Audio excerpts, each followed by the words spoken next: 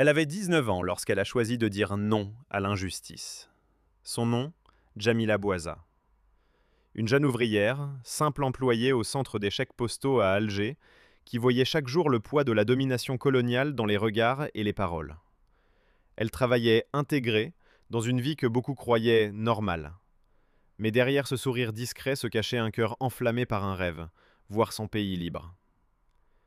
Puis vint le 26 janvier 1957. Elle posait à la terrasse d'un café-brasserie fréquenté par ceux qui détenaient le pouvoir.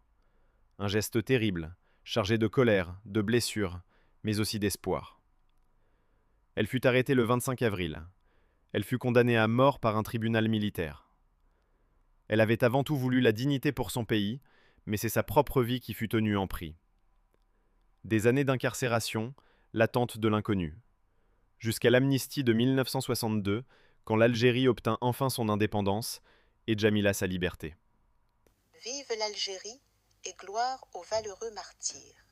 Elle ne devint pas un simple nom dans un manuel d'histoire. Elle resta humaine, cette jeune femme qui tremblait, qui avait peur, qui aimait, qui souffrait, mais qui sut se lever pour ce en quoi elle croyait. Quand elle s'éteignit le 12 juin 2015 à Alger, ce ne fut pas seulement une vie de militante qu'on pleurait.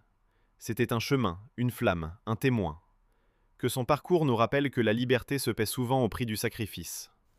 Et que derrière chaque geste de révolte, il y a un être humain.